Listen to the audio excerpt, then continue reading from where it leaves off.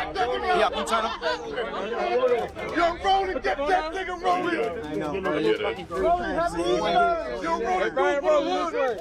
Ryan can't say that because the thing is he's never been champion. He was trying to belittle the fact of a world champion. Everyone on here, except for with the exception of Barboza and Ryan, have been world champions. So why are you going to discredit somebody who's achieved much more than... Interview as heated and electric as their rivalry has been. Over the years, the new chapter in the tale of Ryan Garcia and Rolly Romero is shaping up to be their most explosive yet, because it's no longer just about sparring social media jabs or words thrown in passing. Now it's about legacy redemption and straight-up bad blood that refuses to die, no matter how many handshakes and DMs try to bury it.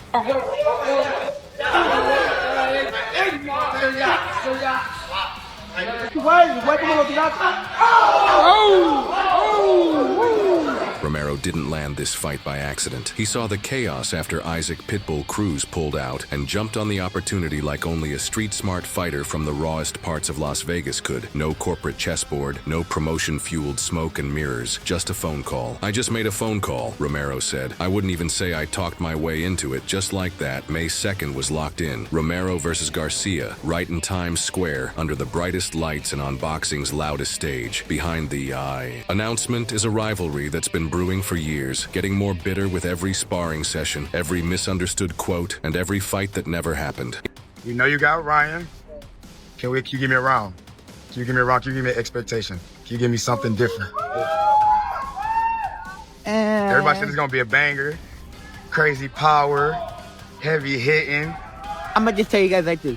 This fight with me and Ryan Garcia is sponsored by Bang Bros. Oh, This was never just about two rising prospects chasing glory. It started with something deeper, ego and envy. Back in 2018, while Ryan Garcia was stealing the spotlight on Golden Boy undercards with his fast hands and clean image, Rolly Romero was grinding it out on club shows and gritty Las Vegas venues like Sam's Town, fighting for recognition. They sparred back then, hard, the kind of sparring that bruises more than just the body, it bruises pride. Romero claims he dominated those sessions. "Yeah, I did beat the stuff out of him both days," he said. But then he added, "It don't matter, it's just sparring." That might sound diplomatic, but the truth is clear. He remembers. So does Garcia. And that memory has been simmering for years like a wound that never healed.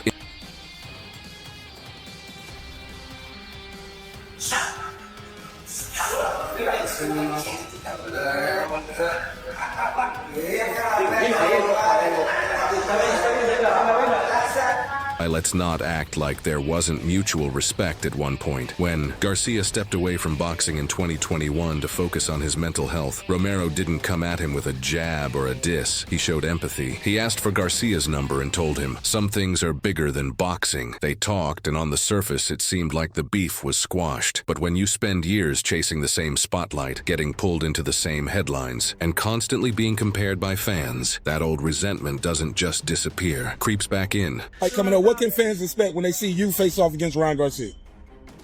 Some people say it's your right hand versus left hook. Y'all gonna have to just tune in and see.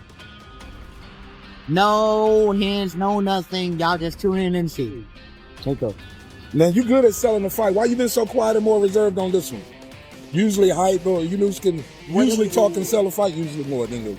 Especially not when both of them are defined by losses to the same destroyer, Tank Davis. Romero was actually ahead in his fight, outboxing and frustrating Tank until the 6th round, when it all ended with a brutal flurry against the ropes. A year later, Garcia suffered a similar fate, folded by a liver shot. Different round, same result, same sting of defeat. That shared experience bonded them in a way, but it also turned them into measuring sticks for each other. Who did better? Who landed cleaner shots? Who showed more heart? The public started comparing, and the rivalry only grew. Who hit a little harder though? Was it Ryan or was it Rolly? Because they both clearly. I ain't gonna lie, Rolly hit hard.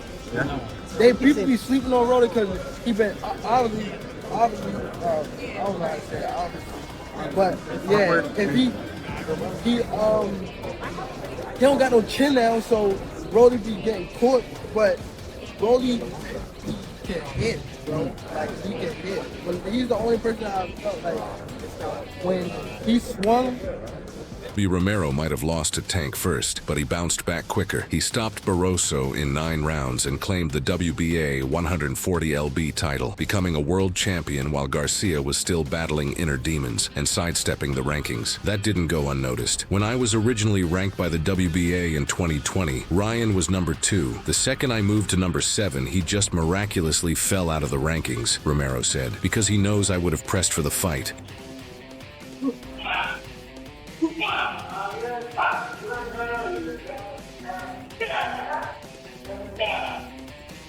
That wasn't some wild conspiracy theory. It was a shot. A claim that Garcia ducked him, plain and simple. That behind all the smiles and friendly posts, Garcia wanted no part of Romero when it actually counted. And now that the fight is official, Romero's making it clear this is his moment to expose Garcia. But let's be real, Garcia's not innocent in all this either. No, don't try too much. You know, Rolly's going to give you everything you want. So kind of just going to let the fight come to me, and then I'm going to take over. You know, I'm a better fighter all around, so I feel like that wasn't some wild conspiracy theory. It was a shot, a claim that Garcia ducked him, plain and simple. Behind all the smiles and friendly posts, Garcia wanted no part of Romero when it actually mattered. Now that the fight is official, Romero's making it clear this is his moment to expose Garcia. But let's be real, Garcia's not innocent in all of this either.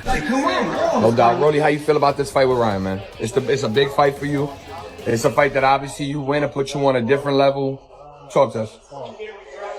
It's a good time. And what you mean a different level? Ryan's never been world champion. I've been world champion. While Romero isn't buying it. He says Garcia's real advantage wasn't the PEDs, it was the weight. Garcia came in over 3.2 lbs heavier, and that's where the real edge was, according to Romero. He brushes off the talk about tests, saying it had nothing to do with it. Then he goes for the jugular, criticizing Devin Haney's performance. Devin fought like an idiot, Romero said. If I had Devin's boxing ability and long arms, I would have tried to box.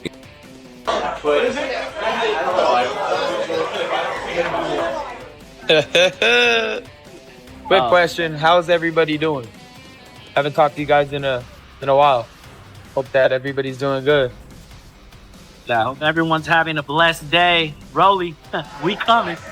That's classic Romero, bold, unfiltered, and never afraid to step on toes. But it's also strategic. He's pushing the narrative that Garcia's win was fraudulent, that the fight shouldn't even count, and that when they step into the ring in May, he's the real challenger. Not just physically, but morally. The clean one, the honest one, the one who didn't need a scale advantage or a chemist. Meanwhile, Garcia has agreed to Olympic-style drug testing for both the Romero and Haney fights, a move to clear his fame or just a PR play. Either way, it's another line drawn in this rivalry. Romero didn't ask for it, but he's riding it. Garcia, on the other hand, stays quiet, but that silence feels deafening. Your thoughts on Rolly Romero as an opponent for you? No, he wasn't my first choice. It was Pitbull Cruz, but, you know, things played out a different way. How long will Rolly last with you in the ring? 2 seconds. Facts. There you go. He answered it for me. About 2 seconds. Nah, I mean, he's going to come to fight. I'm not taking him lightly or anything like that. You know, I'm still going to train my best. I just gotta, you know, prepare well, and I know I'm the better fighter. I'm gonna knock him out. And then there's the talk about the future. Haney versus Garcia 2, likely lined up for October. Romero couldn't care less. They can still fight. I'm not in the way, he said. I don't give an expletive about what happens after I fight Ryan. That has nothing to do with me. That's not humility. That's a challenge. Romero is telling the world, you think this is just a setup fight, a stepping stone for Garcia to reach Haney? Think again. He's coming to wreck the plan.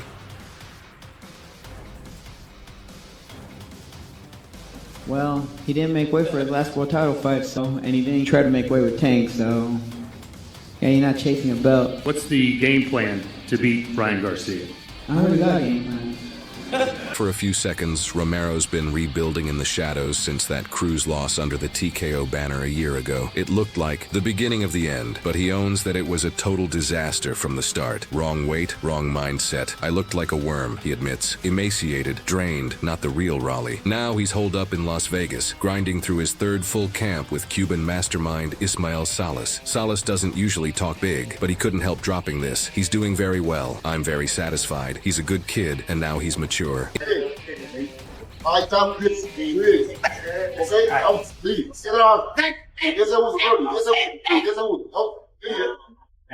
Sure is the key word. Rolly's still loud and raw, the same kid who clawed his way out of brutal Vegas streets where men fell every day. Now he has focus, routine, and a calm veteran's touch layered over his wild dreams. That mix makes this fight dangerous, not just for Garcia, but for everyone hyping a Haney rematch like Romero's just a warm-up. They treat him like a speed bump on the way to October. But this rivalry is deep, personal, and it's only getting hotter. When I sparred him, I was only boxing for 3 years. Or like, no, 4 years at the time. You didn't have a really deep amateur background, I started right? boxing at 17.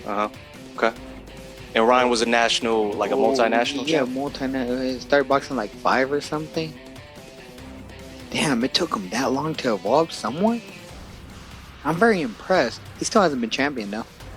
Fair enough. And the only times that he's ever had the opportunity to be champion was with Gervonta, but instead of trying to sacrifice the extra pound and trying to make 130. Romero is not playing into the storyline. He's writing his own. He's the one who fought with no amateur background and still made it the one who saw Garcia take the fast track with Instagram fame and fancy promoters while he scraped his way up the hard way, that chip on his shoulder. It's not a gimmick, it's fuel. It's crazy. He said Devin debuted in 2015 and me, Ryan, and Tiao Lopez all debuted in 2016. Now look at us, but no one expected Romero to be here, and that's exactly why. He believes this fight is his. You know, everybody really wants to see the rematch, and that's where my heart's at.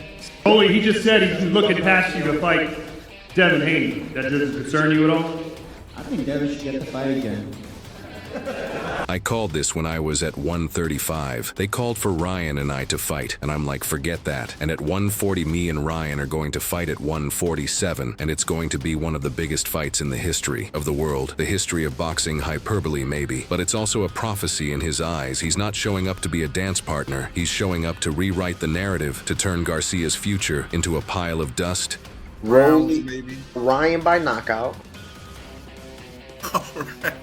Because no disrespect, but their styles. Rolly's not really a boxer. He's kind of the come forward guy. Ryan don't believe in 12 rounds boxing. He believes in, no, bro, I want to go in there and put on a fight. Let's bang. That's his thought process. So you got two thought processes, a little bit of a grudge match over a sparring that happened, which Rolly could have got the best of him, but either way, I wasn't there and I don't know the rumors of the story. Romero's journey from gang-ridden neighborhoods to boxing's biggest stage is one of grit and survival. He's not here to be polite. He's not here to play second fiddle to anyone's comeback story, and deep down you can feel it. This fight is personal in ways the press conferences, he won't show. He knows Garcia. He says it like a warning, not a boast. I'm not worried about Garcia at all. I know him too well, that right there. That's the truth underneath all the promotions and post. Devon Hill for Fight Hype here with Coach Bullet. How you doing, man? Hey, man, great day, man. You know, we're at the weigh-in for Maurice Lee versus Freddie Rojas Jr. About to pull off the upset. You feel what I'm saying? I just heard they got a 10-1 odds. I'm about to come up, make that bet. So who you got winning the main event, man? How you see that fight playing out? I really don't know too much about Booker, but I know one thing. The shorter guys like to fight Fundora on the inside, and that's not a good idea. You can fight Fundora angles. He's a good fighter on the inside.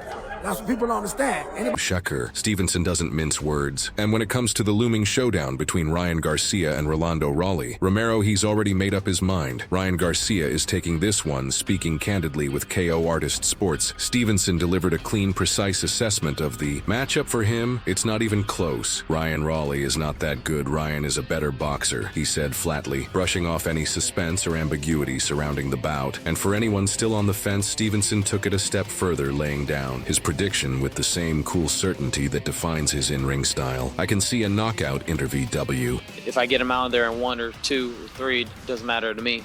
For me, it's just feeling sharp in camp, feeling sharp going to the ring, confident, and give everybody what they really want, which is that Devin Haney. That's a direct shot across the bow from one of the sport's sharpest minds. When Shakur speaks, fighters and fans alike listen. He's a technician, a thinker, and when he evaluates fighters, he's calculating everything from form to footwork to fight IQ. So when he says he sees Ryan not just winning but knocking out Rolly, you'd be smart to take that seriously. Like this, if I could see Shakur stop 2 people, like actually like hurt them, maybe he might be an entertaining fight at that point. Okay. But right now, he's just going to jump around the ring. I mean, Shakur's goal isn't to hurt you. It's just to touch you. He likes to touch men. It's to win. He likes to just touch men over and over and over again. Boxing's something intimate for him. After a year-long suspension stemming from the failed test in the lead-up to his clash with Devin Haney last April, Ryan's back that layoff. It adds fuel to the fire. Garcia isn't just coming back to fight. He's coming back to remind everyone why they were talking about him in the first place. The hand speed, the power, the star power, all of it's on the line, and he's doing with the kind of swagger only Ryan Garcia can get away with. That was on full display when he took to social media with a jaw-dropping post that sent fans into a frenzy and a wild jab that referenced controversial hip-hop mogul Sean Diddy Combs. Garcia said, "If I lose to Rolly, I'm going to jail with Diddy and..." Got the most eyes on you, the most to prove. What's your prediction? What's going to happen May 2nd? I put Rolly to sleep with the left hook. That's it. That's what you're going to see.